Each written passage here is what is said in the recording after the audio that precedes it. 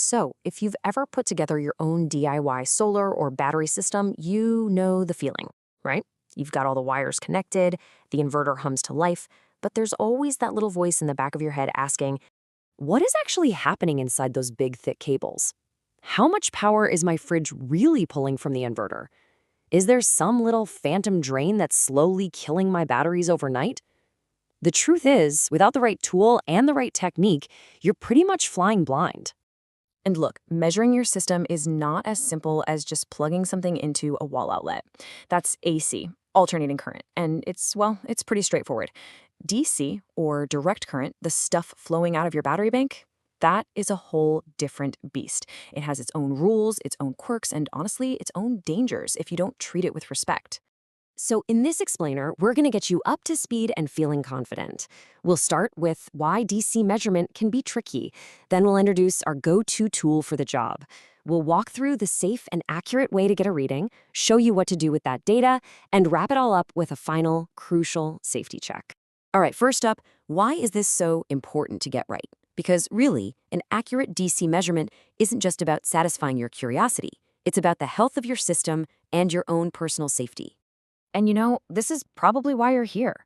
A lot of the tutorials you find online they gloss over the really critical details. They might not talk about how DC polarity can affect your reading or why the way you hold the clamp actually matters.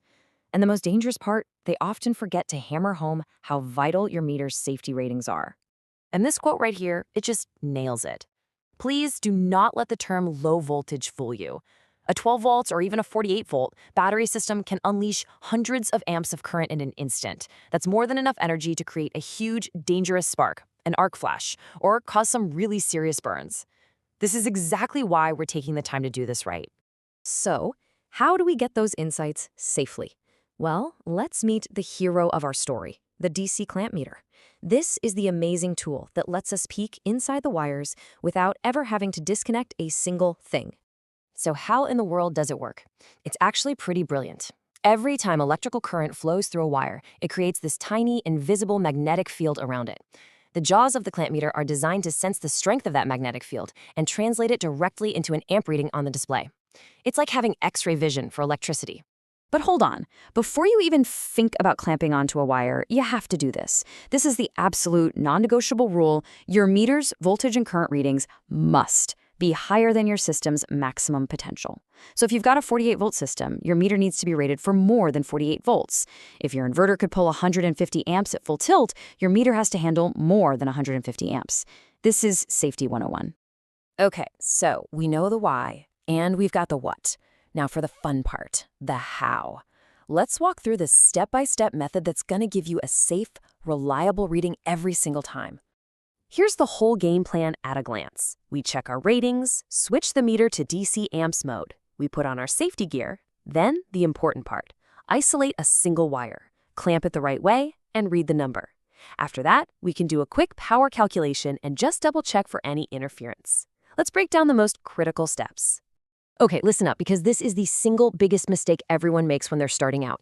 You have to clamp around only one wire at a time. Either the positive or the negative, it doesn't matter which, but only one. Why? Well, the current flowing out on the positive wire and the current flowing back on the negative create two equal but opposite magnetic fields. If you clamp them both, they perfectly cancel each other out, and your meter will just read 0, even if there's a ton of power flowing through. Now, here's a neat little detail about DC. Unlike AC, it has a clear direction of flow, from positive to negative. Most clamp meters have a little arrow printed right on the jaw. For the most accurate reading, you want to point that arrow in the same direction as the current. But hey, if you get it backwards, don't even sweat it. The meter will just show a negative number. All you have to do is flip the clamp around, and you're golden. So you've done it. You've safely taken a measurement, and you have a number on your screen. That's great. But a number is just data. Let's turn that data into some real useful answers about what your system is up to. And to do that, we use this simple, beautiful, fundamental power formula. Power equals voltage times current, or as you'll always see it, P equals V times I. This little equation is everything. Your clamp meter just gave you the I, the current in amps. You can easily measure the V, the voltage, with a regular multimeter. Multiply them together, and bam, you get P, the real-time power measured in watts. Okay, let's make this real. Imagine you go out to your power system. You clamp the main positive cable going to your inverter, and you look down at the screen. You see this, 15.5 amps. Okay, so you have your 15.5 amps. Then you take your multimeter, put it on your battery terminals, and you see it's sitting at 12.8 volts. Now you just do the simple math. 15.5 amps times 12.8 volts equals 198.4 watts. And just like that, you are no longer guessing. You know for a fact that your inverter is drawing almost 200 watts from your batteries right now. And this is where that one little skill opens up a whole new world.